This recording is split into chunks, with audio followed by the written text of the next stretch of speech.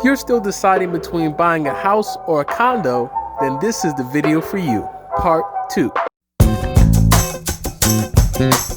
Welcome home. My name is Justin, your local Bronx real estate agent. And if you're a first-time viewer and you want to keep getting weekly information on the home selling process or home buying advice, be sure to slam that subscribe button and the bell next to it so you don't miss anything. With that being said, a lot of people that I meet who are thinking about making their first purchase or even a second one are wondering whether it makes more sense for them to go into a condo or go into a house. So I figured, hey, today let's talk about the differences between the two to see which one makes the most sense for you. Third thing we're talking about, comfort versus price. So we were just discussing how the HOA is taking care of a lot of things around the unit, so your maintenance concerns are a lot less. There might also be some great amenities that you can benefit from. They could have a playground, a pool, a gym, indoor parking, concierge services, security, laundry room, all that stuff, that's great. It makes life a lot easier. So there's less for you to do. However, you do have your monthly maintenance fee that you are paying, right, to enjoy all these wonderful benefits. Trust me, I want all those benefits. I love the sound of those benefits. But they do come at a price.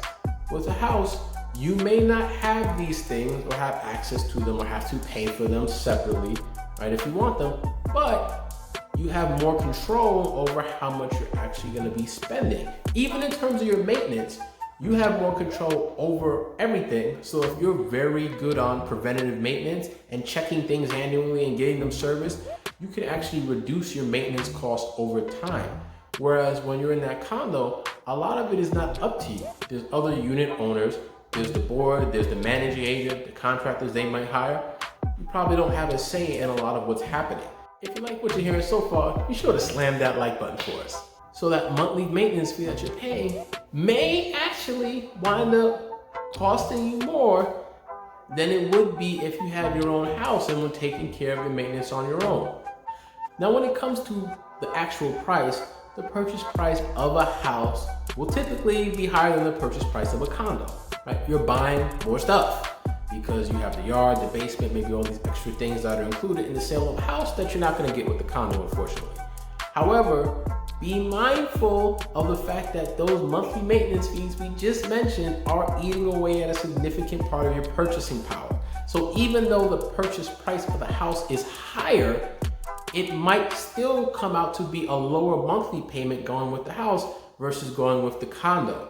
Now, it's a little tricky because you're comparing the purchasing price of a condo plus the maintenance fees to the purchasing price of a house. You still got to factor in the maintenance you're going to have to do on the house.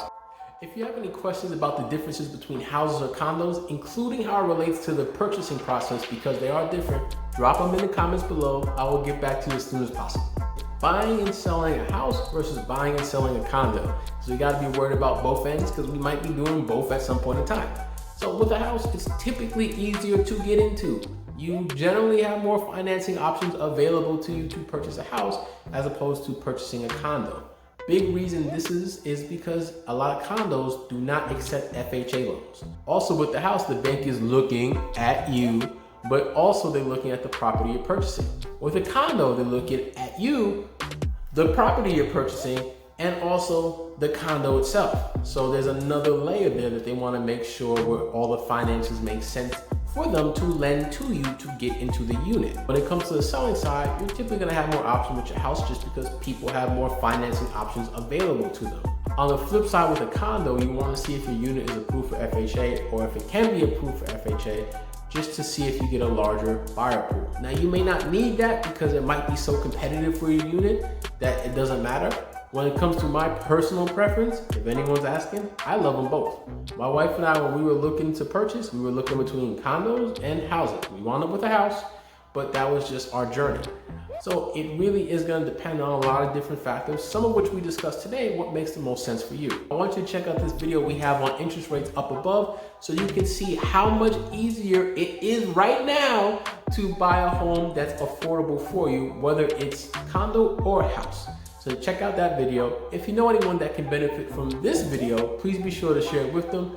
Lastly, be sure to slam that subscribe button and the bell next to it so you can keep getting the real on real estate. Thanks again, and I'll see you next time.